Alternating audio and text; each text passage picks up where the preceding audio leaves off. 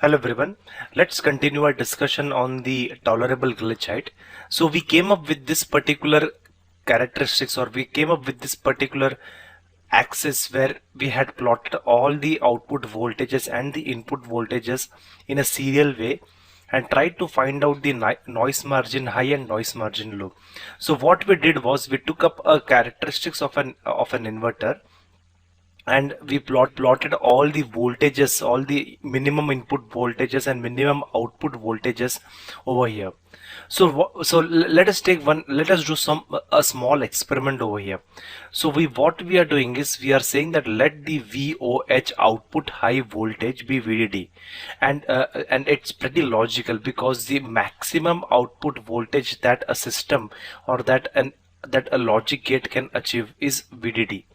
Same also goes with the input, that the input high voltage should be VDD, but we are not doing that because input is being driven by some output. Basically, the input is the output of some logic over here.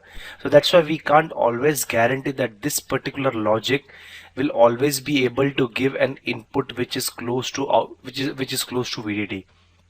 So the VIH, the input high voltage, let's keep at this position only, but let's move the output high voltage, that is the maximum possible voltage that could be attained by this particular inverter is VDD. So let's shift the VOH to VDD over here.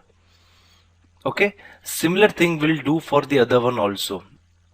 Similarly, let's keep the output low voltage as VSS. It says that the minimum output voltage that can be attained by a system or by a gate is VSS, basically the zero potential. That's what this particular is all about, and that is what looks pretty logical. Input low again can't be said as zero voltage because input is being again driven by a logic gate over by a set of logic gates over here. That's why we can't make the input low voltage at zero, but the output low is the minimum voltage that can be attained by a system, by a logic gate, by the output of a logic gate. So let's take that as zero potential. Okay, so now what we see over here is we see this particular margins. We see that between 0 and VIL we have some potential. Let's say, okay, let's say VDD is like 1 volts. Okay, and let's say this is 20% of VDD, 0 to 200 millivolts. This again 20% of VDD, which is 1 volt, and this could be 800 millivolts. So 0.8 volts to 1 volt and 0 volt to 0.2 volts. So 20% is we are considering as the noise margin. So what does this actually say about the system? This says that if any of your input potential or if any of your voltage, whether that could be at the input side or at the output side, if your potential, if your voltage of the signal lies somewhere between 0 and 0.2 volts, it would be considered as logic 0. Okay, so it could be any potential over here. There could be some disturbances, just for example the glitch, which will be coming to very soon. For example, a glitch, if the glitch potential lies somewhere between 0 and VIL, or let's say 0 and 0.2 volts, it would be treated as logic 0. If any potential or if any signal has got a voltage level which is between 0.8 and 1 volts, that would be treated as logic 1. So anything that lies between these two will be treated as logic 1, and anything that lies between 0.2 volts and 0.8 volts will be in the undefined region, and it might go to logic 1 voltage, it might go to logic 0 voltage, based on the momentary characteristics of that particular circuit. It is based on that. It can either move to 0 or move to 1 based on the scenario that is present at that moment. So this is the noise margin. This is what the noise margin is all about. So now what we'll do is we'll take this particular glitch, and try to fit it over here, and based on the height of the glitch we'll decide whether that glitch will be able to propagate through this or not. So basically there should be two levels of filtering. The two levels of filtering that should happen over here. One, at the input we'll see some glitch, okay, and whether that particular glitch is in the acceptable range, we'll determine that first, and then we'll decide whether that particular glitch will be able to propagate or not. Okay, so let's do some experiments over here. So we'll plot this lines, we'll plot this particular lines, and we'll take the glitches one by one. So let's take the case one. Case one is this particular glitch. For example, if this particular glitch is present at the input of this particular inverter, what will happen? Whether this, first of all we have to see whether this glitch height is even tolerable or not. We'll think about the propagation later. Let us try to find out whether this particular glitch height is tolerable. Let's see. What we'll do is we'll take this particular glitch and plot it somewhere over here, and measure the voltage, and if that voltage is within the acceptable limit, is within the noise margin, then this glitch height is tolerable.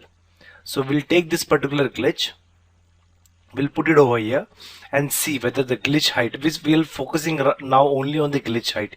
There is also something called as glitch width, which we have to worry about, but right now we are just filtering based on the glitch height. Let's try to do that first, and then we'll move on to width also. So looking, if we try to place this particular glitch somewhere over here, you see this particular height lies somewhere between 0 and let's say 0.2 volts, as we are taking it as 20% of VDD. By the way, the number 20% of VDD, that comes through a lot of experiments, so we won't get into detail of those experiments, but we'll talk about them in much advanced videos, not over here. Let's look into the global picture over here.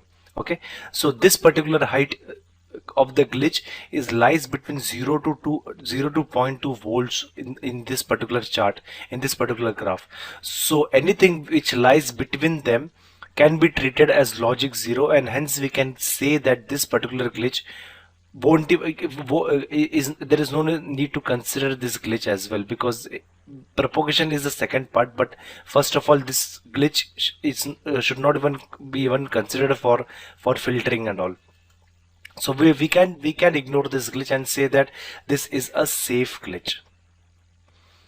So since the glitch height is less than the NML, and by NML it's nothing but the noise margin low, which is VIL minus 0.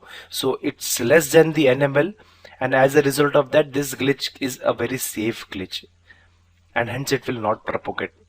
Okay, so this is the first safe glitch that we have achieved over here. Let's take one more example. Let's take one more case over here. So this looks like a bigger one. We'll try to place this particular glitch in this particular graph and see whether this glitch will now propagate or not.